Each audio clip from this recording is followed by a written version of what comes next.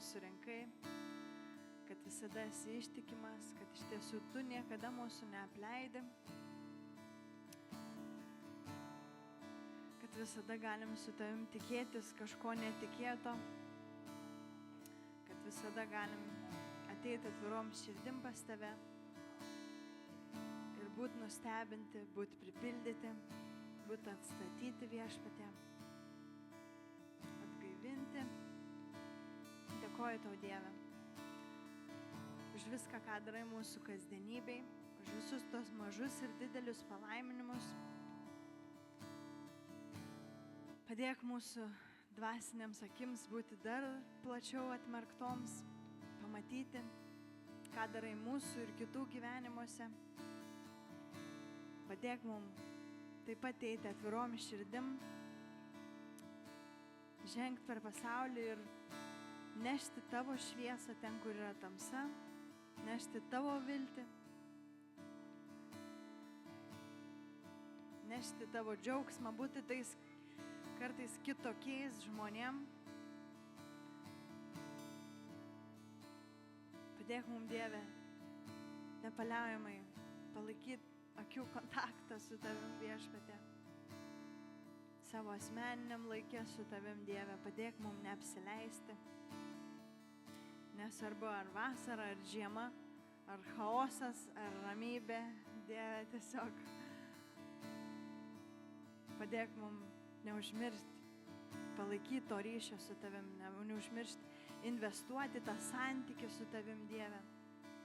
Neužmiršti, kad už viską, ką mes turime, esam labiausiai dėkingi tau, Dieve.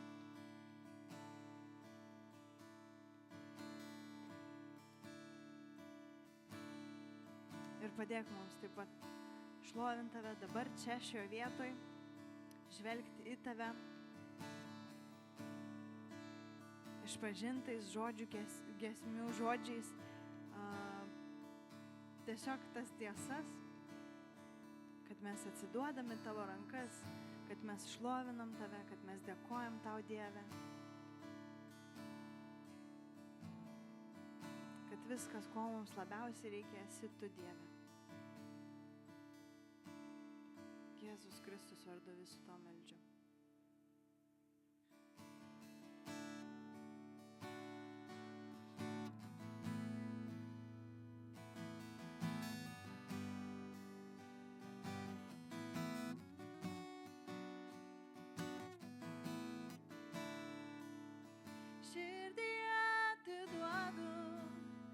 Visa, ką turiu, dedu prie tavo kojų, karalius mano tu, svajonės palieku ir visa, kas esu, palieku išdidumą dėl to, kad duodi tu.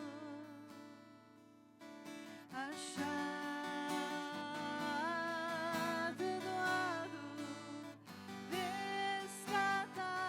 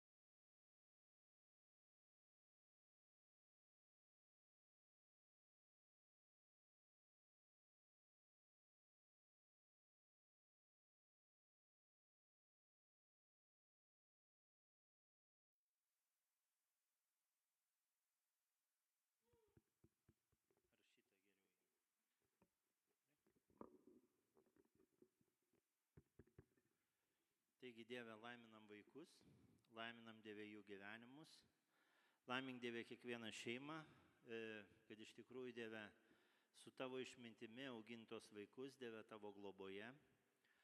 Tu matai Dieve, kad tai yra tikrai toksai didelis iššūkis kiekvienai šeimai, nes reikia tiek tavo išminties, tiek vedimo, tiek supratimo Viešpatie, tiek šventosios dvasios, kuri Dieve globotų, kuri patartų, nukreiptų.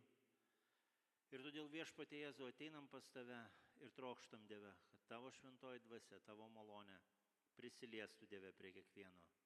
Jėzaus Kristaus vardu. Aleliuja. Amen.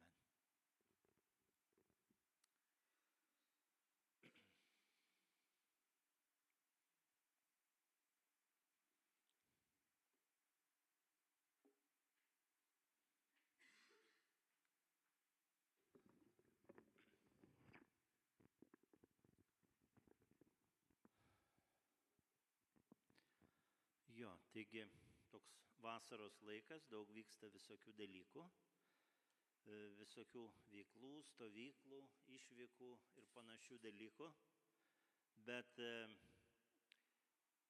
kas spėja, kas gali, kas neišvykęs, mes ateinam kartu susitikti su Dievu ir turėti tą bendrystę su Viešpačiu, kad jo šventoji dvasia mus drąsintų, mums kalbėtų, mus įkvėptų ir einam į tą mūšio lauką kiekvieną dieną, kur susiduriam su įvairiais dalykais, kartais su asmeniniais kažkokiais pagundimais, kartais su žmonėmis, kurie nėra patogus, kartais mes patys nepatogus kažkam, kartais mes patys kaip ir esam savo priešai ir mums reikalinga ta Dievo malonė. Tai va, toks yra tas krikščionio gyvenimas. Ir šiandien truputėlį norėčiau kalbėti iš tikrųjų šitą tokią temą apie pasišventimą. Ir pasišventimas jisai vyksta keliuose tokiuose srityse. Vienas yra tarnavimas Dievui, tarnavimas kitiems, tarnavimas Dievo karalystėje, tarnavimas bažnyčioj, tarnavimas savo paties namuose. Ir vienur mums yra lengva, kitur kartais yra sunku. Ir dažnai būna taip, kad vienur atrodo palengvėjo, kitur pasunkėjo. Ir nėra tokio pastovumo. Dažnai atrodo namų toje aplinkoje kažkas tai pasikeitė, tada iškylo nauji dalykai kažkur tai darbe ar gyvenime ar dar kažkur tai. Ir tos kovos vis tokios pasitaiko. Ir nežiūrint į tai, Viešpats kviečia pakelt akis į jį ir kiekvieną dieną išlikti pasitikėjime Dievu. Ir įdomus toks momentas, kad tikėjimas, jis nepriklausomai nuo to, ar yra gerai ar blogai, jisai neturėtų keistis. Jis turėtų, tikėjimas Dievu, jis turėtų išlikti toks stabilus ir pastovus mūsų širdį.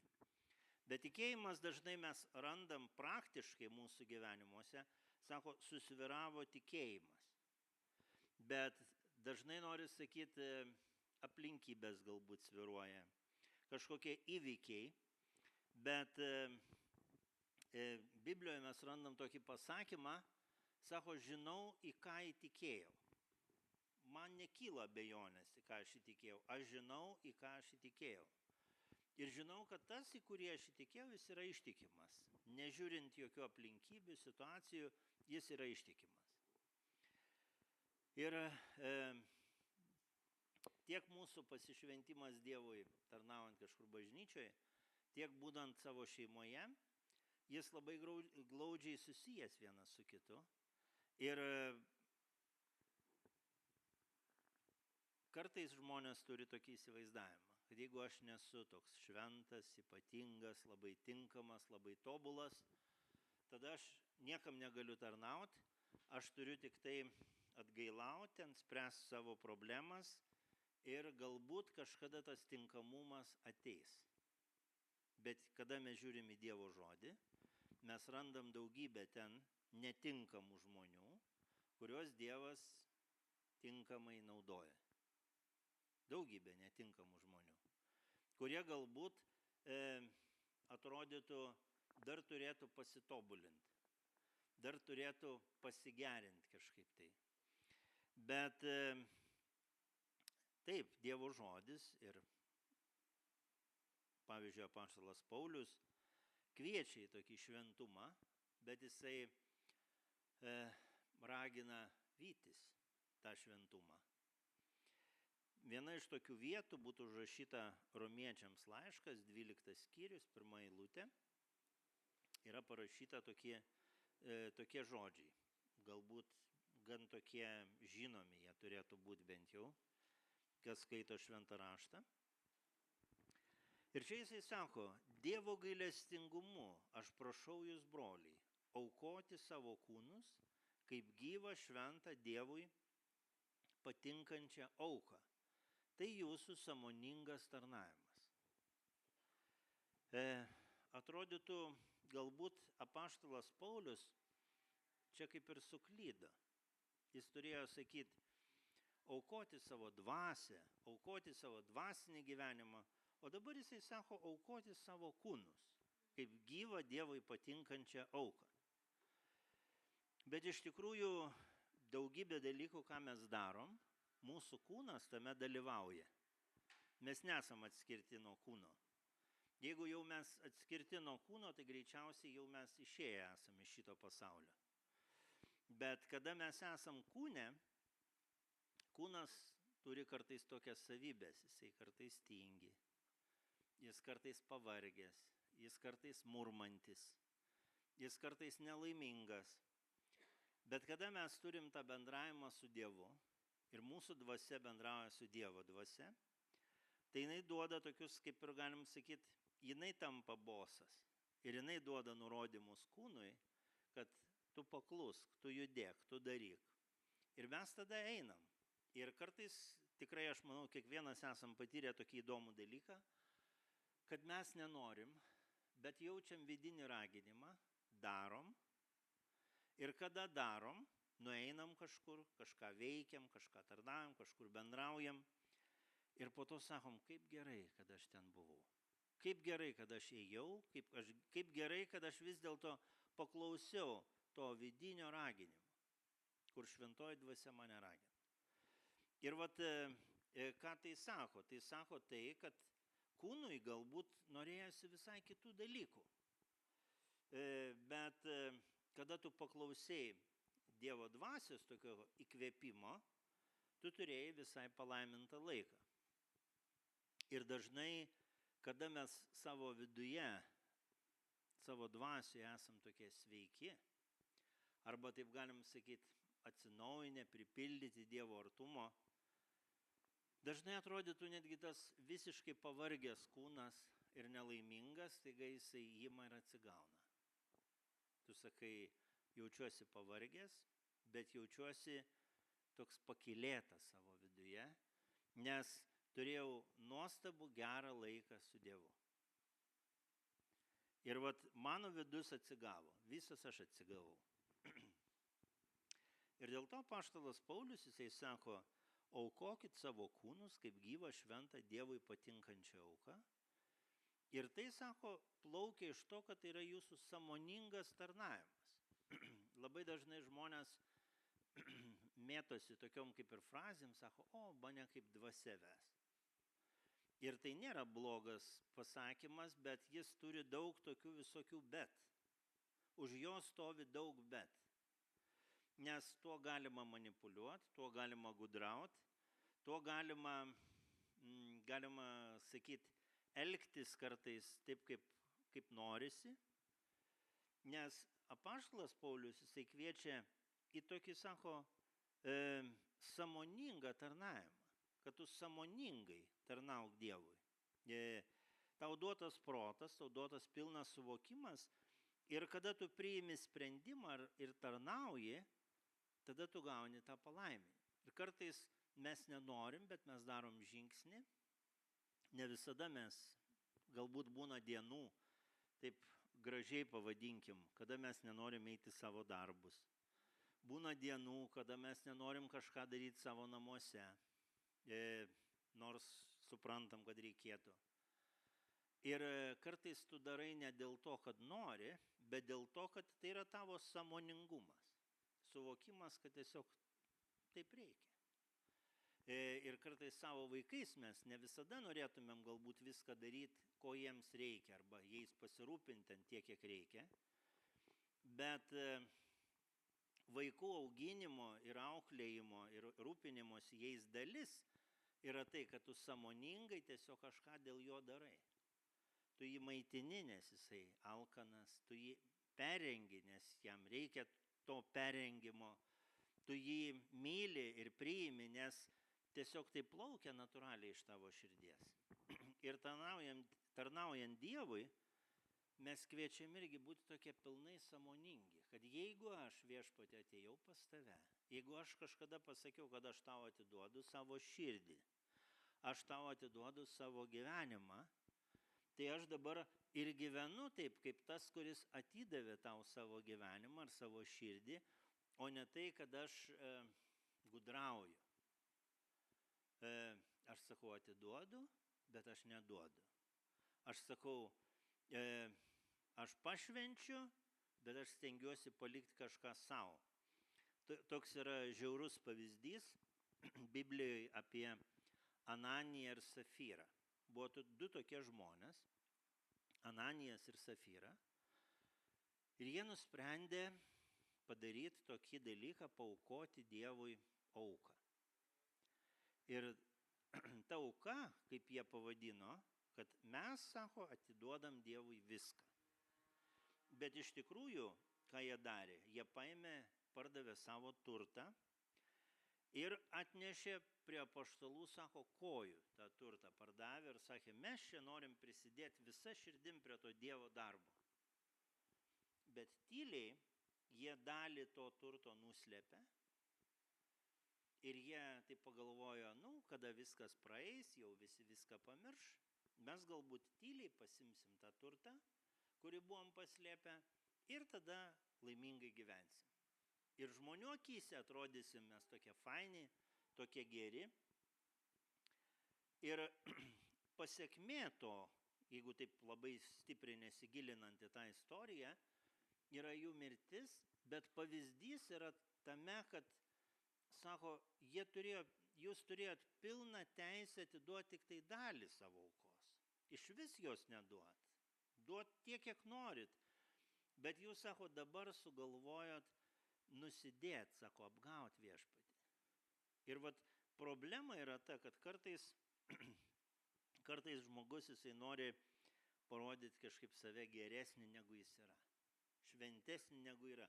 Ir Dievui nereikia, Viešpats, jisai kiaurai mato, jisai kiaurai žino tavo širdį ir jis sako, atiduok tiek, kiek tu gali. Ir natūraliai, kada mes augam tikėjime, mes laikui bėgant, bręstant, augant, ateinant tam brandumui, mes pradedam galėti daugiau. Mes atrandam jėgų mylėti daugiau, tikėti daugiau, pasitikėti daugiau, žinot daugiau. Ir ne tik žinot, bet klausyti Dievo žodį, jį priimti ir pritaikyti savo gyvenime, pritaikyti įvairiose situacijose. Ir apaštalas Paulius, jisai ragina, kad tas pasišventimas, aukoti save, tai ne vieną kartą, bet kasdien, gyvenant su Viešpačiu. Ir Jėzus, jisai sako Morkaus Evangelijoje, 10 skyriui, 45 eilutė, štai tokius žodžius jisai sako. Morkaus Evangelija, 10 skyrius, 45 eilutė.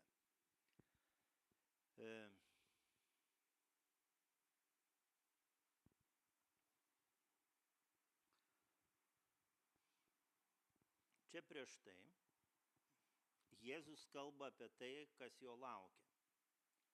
Jisai kalba apie pasišventimą savo mokiniams.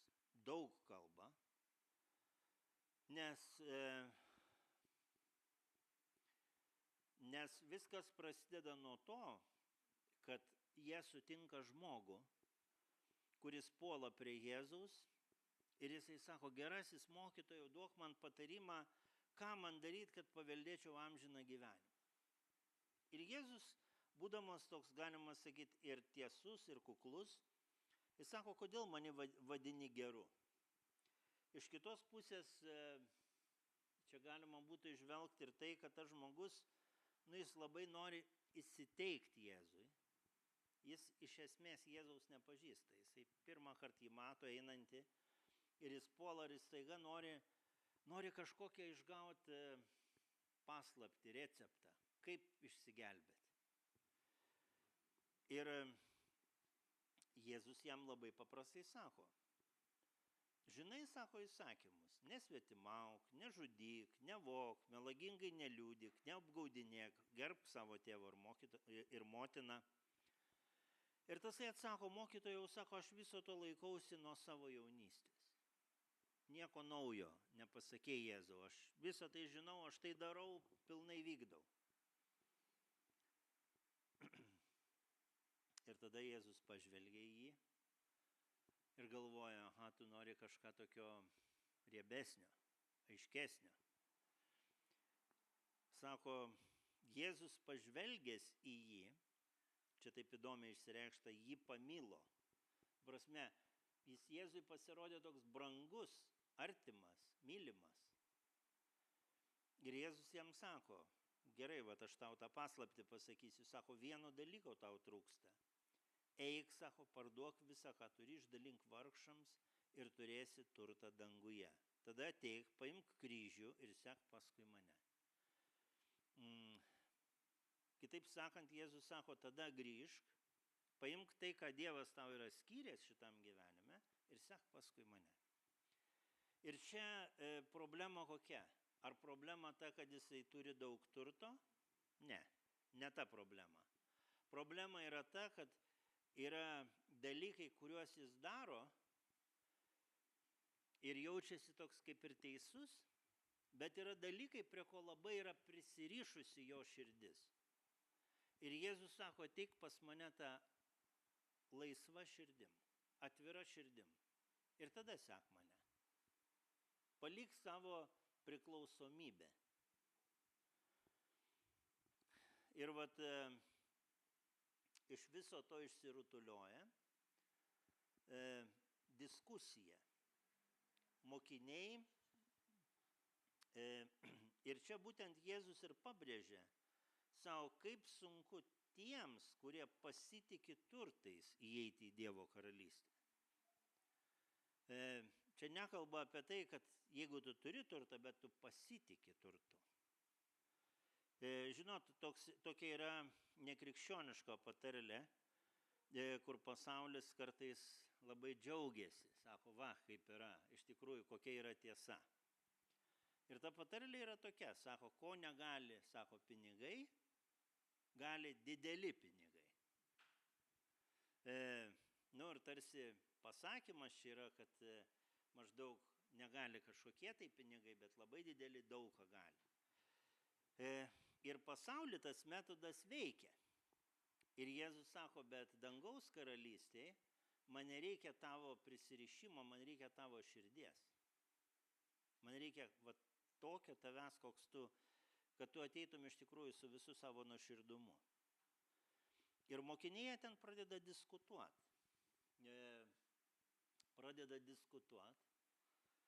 Ir prieina prie tos vietos, kur parašyta, sako, lengviau kupranugariui įlysti pro adatos ausį, negu turtingam įeiti į Dievo karalystę.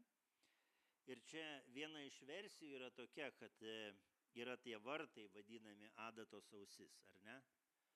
Kur galėdavo praeiti kupranugaris be jokio nešulio. Va tiesiog tik praeiti be nieko.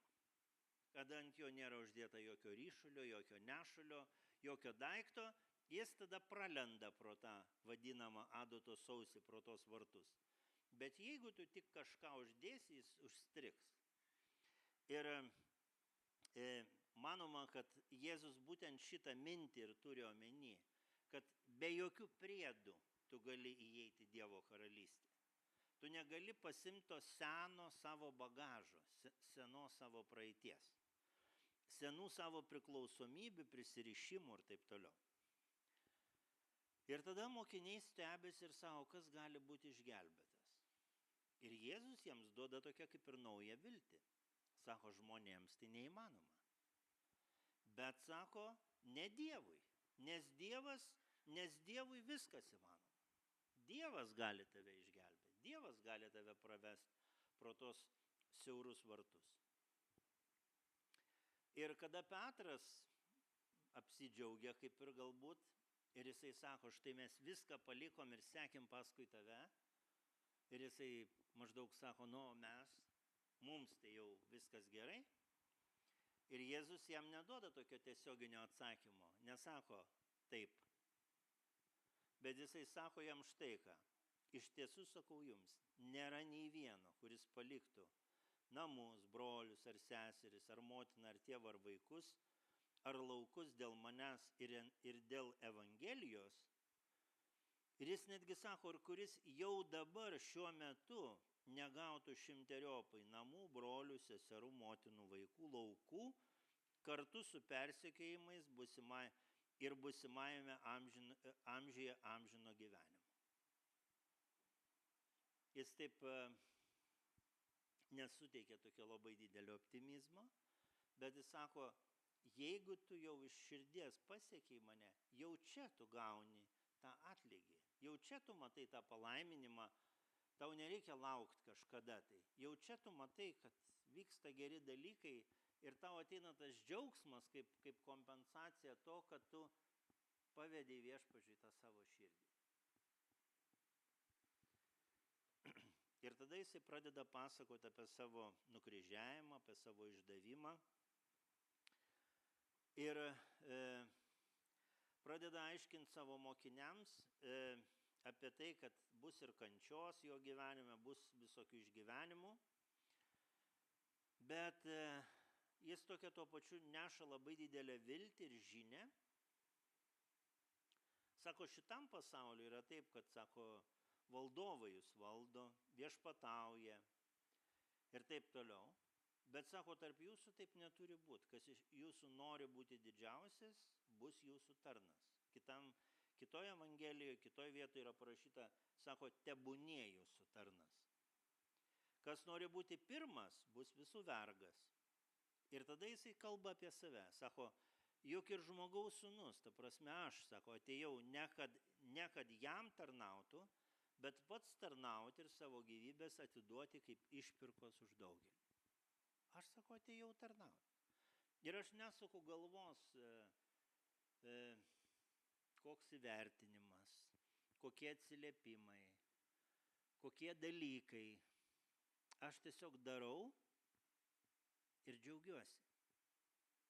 Čia visai neseniai, tai yra vakar, aš važiuoju ryte, ten turėjau truputėlį tokių visokių reikalų ir žiūriu, mūsų kaiminė iš kito namo stovi stoteliai ir aš taip staptelėjau, sakau, gal pakeliui, gal, sakau, pavežti jūs.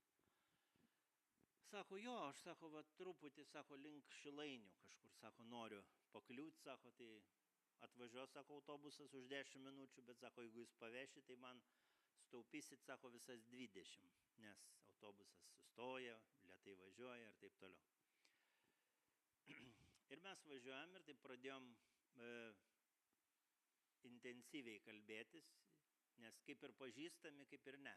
Pažįstami tiek, kad sveikinamės, bet ne tiek, kad žinot kažką daugiau. Ir jinai sako, aš dirbau, sako, vienoj, ten kitoj įmonėj. Ir sako, aš esu profesionali virėja. Ir grilintoja, sako, būtent mano darbas yra grilint maistą. Bet, sako, buvo situacijų, kur atrodo įdedi visą širdį, bet kaip ir tos širdies, sako, niekam nereikia. Sako, kaip ir nėra tokio, sako, džiaugsmo iš to. Ir sako, tu negauni to grįžtamojo ryšio. Ir ypatingai, aišku, jinai kalbėjo apie savo būtent šeimininkus. Ir sako, paskutiniai darbovietėje, kur aš dirbau, sako, mes taip pradėjom kalbėtis. Ir sako, kaip maždaug nėra tokių nepakeičiamų žmonių. Ir aš, sako, pagalvojau, kad, galbūt laikas man, sako, yra keisti kažką tai. Ir aš išėjau. Sako, mano metai, mano amžius yra toks, kad, geriau jau neišeiti iš darbo. Nes kitą darbą galbūt yra sunkiau rasti. Bet, sako, man pasiūlė dirbti laivuose, kruiziniuose virėja. Ir aš, sako, įsidarbinau ten. Ir dabar, sako, aš esu tokia laiminga. Daug žmonių, daug įvairių kultūrų, daug visokio bendravimo. Sako, 1 mėnesį aš dirbu, 1 mėnesį ilsiuosi. Bet, sako, tą mėnesį, kai dirbu, eina atlyginimas ir tą, kai nedirbu, irgi eina atlyginimas. Tai, sako, gaunasi, aš 6 mėnesius dirbu, 6 ne. Bet, sako, turiu labai daug nuostabių įspūdžių. Sako, plaukėm ten visą laiką po Viduržemio jūrą pagrindė, ne čia kažkur arčiau. Ir, sako, netgi mašinos neturiu. Sako, taip jau yra, kad neturiu teisių, neturiu mašinos. Bet, sako, su autobusais, sako, visur nuvažiuoju, visur, sako, mane paima, nuskraidina, parskraidina.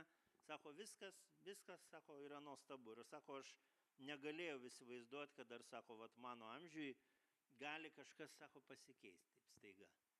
Ir, sako, būt taip gerai, kaip aš nesitikėjau.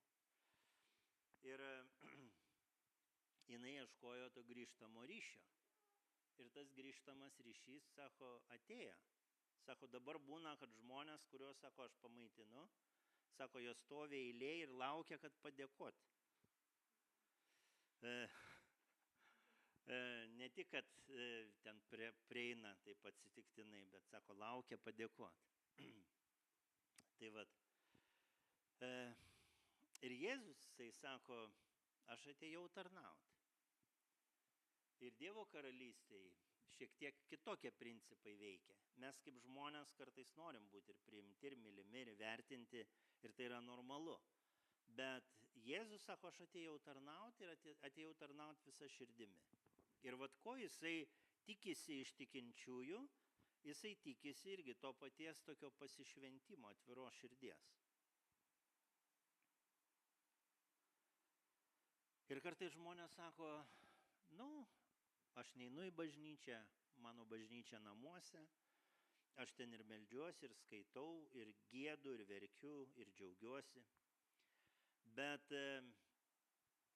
Dievo žodis, jis taip, galima sakyti, kartais mes galim kiekvieną eilutę panaudoti vien tik tai tokiam barimui ir raginimui, bet galima ir išmintingai kartais pasižiūrėti dalykus. Visų pirma, mes susirenkam kaip bažnyčia, kaip tikintieji dėl bendruomenės. Ir Hebrajams laiške, 10 skyriui, 25 eilutė, apaštalas Paulius, jisai štai ką rašo jiems. Įtikėjusiems žydams, taip galima būtų sakyti. Rašo tokią žinią, 10 skyrius, 25 eilutė. Jisai sako,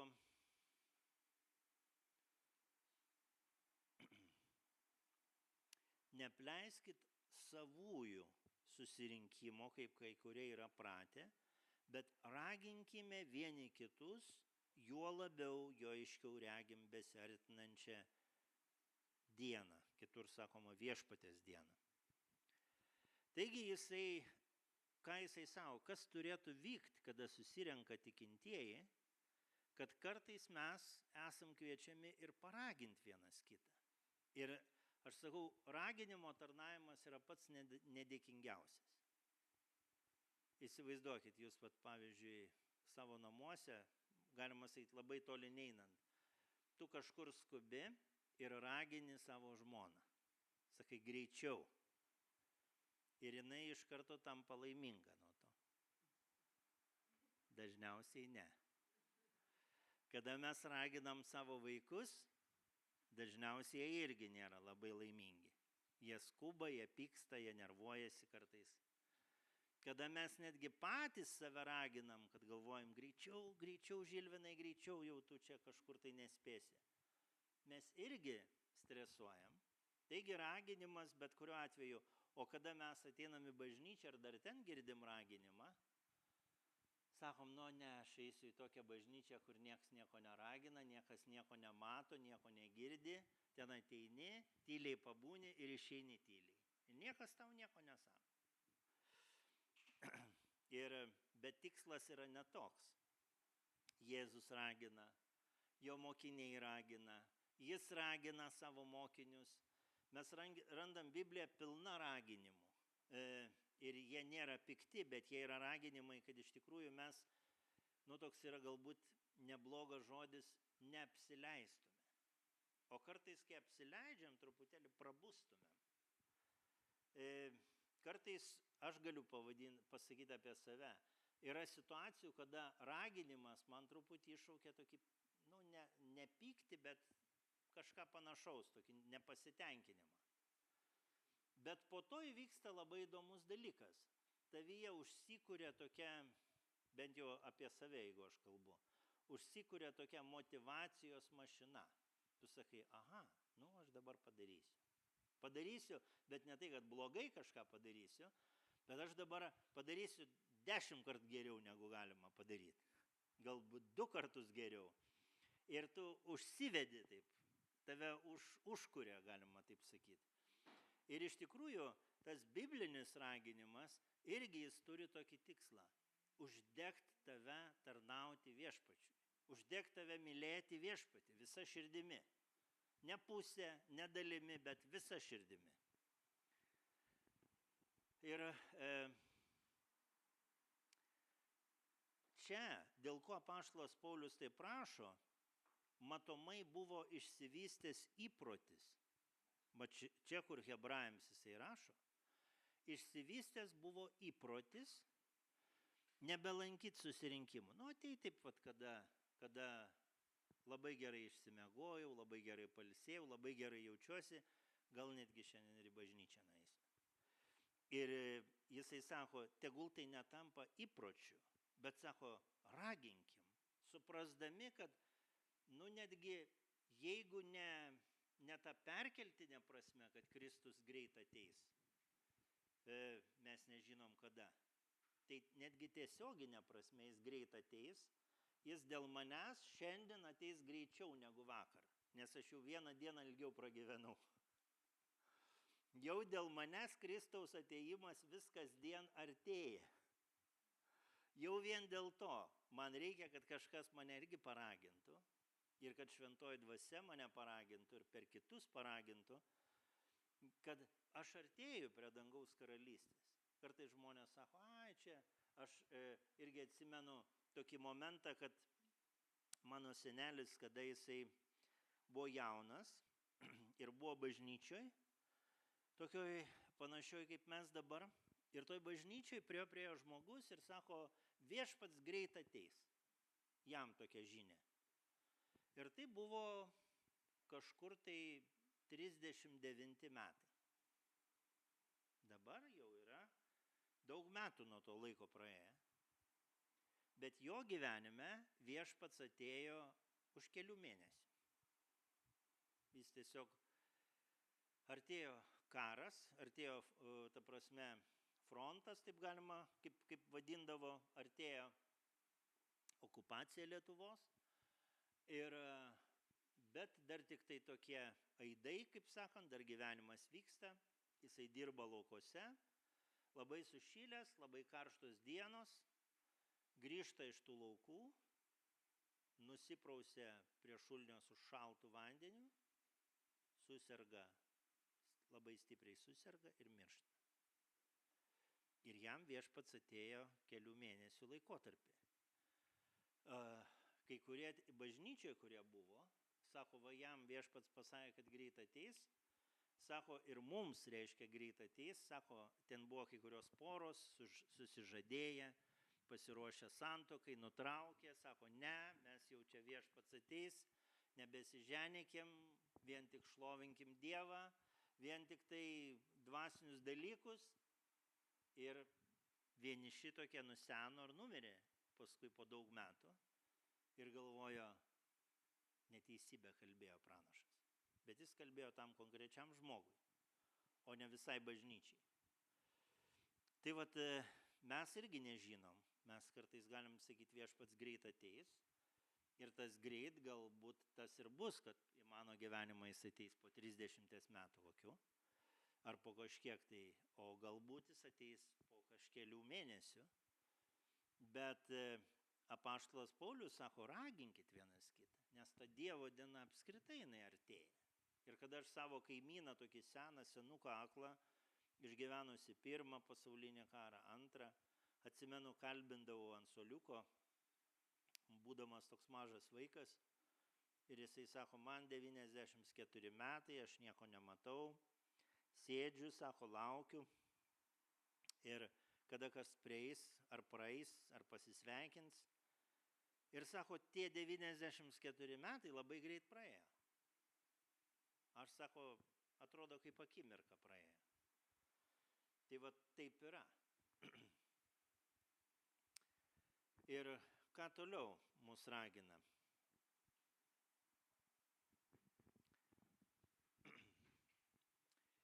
Ir tikėjimas nėra toks vienas meninis reikalas. Tikėjimas jis auga ir stiprėja kartu su kitais tikinčiaisiais. Bet mes dalinamės kažkokiom patirtim, kažkokiais išgyvenimais ir Dievas mūsų augina. Kitas dalykas, mes ateinam garbinti Dievą ir Dievo žodis Jono Evangelija, 4 skyrius, 23 eilutė, sako, ateina valanda ir ji jau atėjo, kai tikrieji garbintojai garbins Tėvą dvasioje ir tiesoje. Kur viešpats, kada mes susirenkam ir šlovinam Dievą, ką jisai daro tam bendram garbinime, Dievo dvasia bando pakelt mūsų širdis ir protus aukščiau mūsų tokios kasdienybės rūpesčių. Ne dėl to, kad mus apgaut, galim sakyti, kaip šiai dienai kartai žmonės sako, žmogus yra virtualioj nerealybėj. Jis ten kažkur plaukioja, o paskui grįžta į realybę ir žiūri, gyvenimas visai kitoks ir jam nebesinori gyventi, jau norisi žudytis gal netgi. Ir Dievo tikslas irgi nėra mus pakelti tokią virtualią nerealybę, bet jo tikslas yra, kad mes prisipildę Dievo dvasios, įgautume tų jėgų gyventi kiekvieną dieną su ta Dievo stiprybe ir turėti dar ir džiaugsmą prie viso to. Džiaugsmą viešpačių, džiaugsmą gyvenimu, džiaugsmą vienas kitu.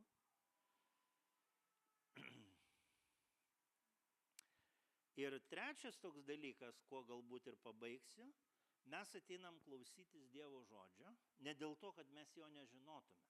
Kartais tie žmonės, kurie yra salėj, labai gerai išmano Dievo žodį ir žino jį, galbūt netgi geriau už tą, kuris kalba. Bet tikėjimas turi tokią įdomią savybę, kad sako, tikėjimas kyla iš klausimo, o klausimasis iš Dievo žodžio. Romiečiams 10:17 čia yra parašyta. Ir bažnyčioje mes negirdim tik tai Žilvino žodžius, tenai Kaziuko žodžius, Vakarės žodžius, ar Gusto žodžius, ar dar kažkieno žodžius, ar Sauliaus žodžius, jeigu jis kažką perskaito kaip pavyzdį. Mes girdim Dievo žodį, kur viešpats kalba į mūsų širdį, padrasinimą, įkvėpimą. Ir kada mes švenčiam kartu viešpatės vakarienę, pavyzdžiui, viešpatės mirtį ir prisikėlimą, kada mes dėkojam Dievui, kada mes laiminam vienas kitą, laiminam vaikus, laiminam suaugusius, meldžiamės už poreikius ir šventoji dvasia veikia. Tas Dievo žodis tampa gyvas mūsų gyvenime. Ir pasišventimas, jeigu žiūrim į Bibliją, jis nėra toks vienišiaus kelias. Jis yra kartu, einant kartu. Jėzus kvietė savo mokinius irgi eiti kartu ir netgi, kada prasidėjo persekiojimas, sako, jisai siuntė, pavyzdžiui, jau vėliau mes randam irgi Jėzaus mokiniai tą praktiką naudoja, jie daug kur eina po du. Ne po vieną, bet bent jau po du. Dėl ko? Dėl to, kad kai tu eini dviese, tu esi tas, kažkas galbūt yra palaikymas, padrasinimas, tu kažkur tai daliniesi kažko, tai kitas tave palaiko, meldžiasi už tave. Ir Biblijoje yra daug tokių pavyzdžių, irgi kalbant apie šeimą, daug kur naudojama šita vieta, kalbant apie šeimą, sako, dviguba, triguba virvė yra stipresnė, nu, vat, jeigu ją taip suvinioja. Ir turėjome omeny, kas tai yra, žinai, kad pavyzdžiui, yra du žmonės ir tas trečias yra tas viešpats, kuris duoda tą surišimą. Nesu bandęs, bet aš nemanau, kad įmanoma supinti kasas iš 2 dalių. Kažkodėl visada pina iš 3. Tai vat, ir tas trečias tam surišimui. Ir tas Dievas mūsų gyvenime labai svarbus tam surišimui.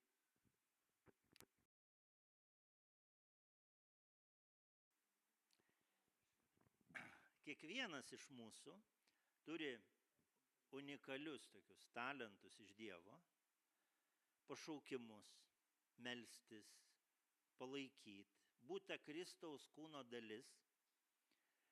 Ir kartais atrodo žmogus, kitas nieko nedaro bažnyčioje.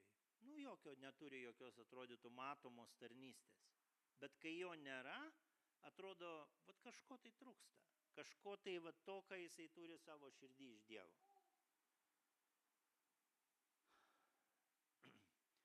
Ir Romiečiams 12 skyrius, 9-10 eilutės, apaštalas Paulius, jisai labai taip konkrečiai sako, kaipgi reikia gyventi, kaipgi reikia tam tikinčiam gyventi tą pašvestą gyvenimą. Čia jisai sako štai ką. Nu, čia prieš tai kalba apie dvasinės dovanas, kad mes esam vieni kitų nariai, sanariai, kad mes vieni be kitų negalim gyventi. Čia jisai labai daug apie tai kalba. Ir kad negalvot apie save per gerai, bet blaiviai, pagal tikėjimo saiką ir taip toliau. Ir kad mes pašaukti vieni skatinti, kiti davime, kiti tiesiog atvirą širdį turi ir tai daro iš atviros širdies. Kiti vadovauja, kiti gailestingumą ir taip toliau. Ir toliau jisai sako, meilė te būna neveidmainiška. Venkite pikto, laikykitės gero. Švelniai mylėkite vienas kitą brolišką meilę, pagarbiai vertinkite kitus aukščiau nei save.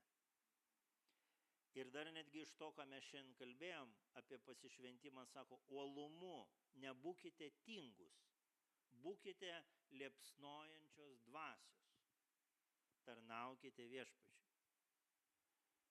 Žinot, gal taip galim sakyti, kada praeina tikėjimo keli žmogus jau daug metų ir kada praeina kartais 10, 20 ar 30 metų, kartais nebėra tos liepsnojančios dvasios. Žmonės žiūri į save arba žiūri kažkas į tą žmogų ir sako, nu, taip plaukiu aš ramiai per gyvenimą, tikiu, jau daug metų tikiu, bet iš tikrųjų viešpats ieško tos liepsnojančios dvasios, užsidegimo, kad lygiai kaip prieš 30 metų, lygiai taip ir dabar, kad aš turiu bendrystę su Dievu, kad aš galiu mylėti Dievą, aš galiu kalbėti su Dievu, kad Dievas man kalba, tai yra visą laiką stebuklas. Jis nesumažėjo, stebuklo lygis nei kiek.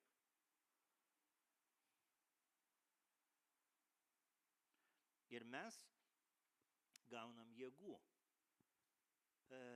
iš Dievo ir tas mūsų pasišventimas tada atsispindi mūsų šeimoje, darbe, bendruomeniai. Ir bažnyčia yra vieta, kur mes gaunam jėgų per maldą, per šlovinimą, per tarnavimą Dievui, per tą broliškumą, bendrystę, paskui gyventi toliau, nešti į savo šeimą, į savo kasdienybę, palaikyti vienas kitą. Nes, kaip pavyzdį, apaštalas Paulius sako, jeigu kažkas turi netikinčią žmoną arba netikinti vyrą, ką reikia daryti? Kasdien reikia jį taip pjauti su tokia medinė piela ir sakyti, tikėk Dievą, mylėk Dievą, melskis, skaityk Bibliją ir jis tada įtikės.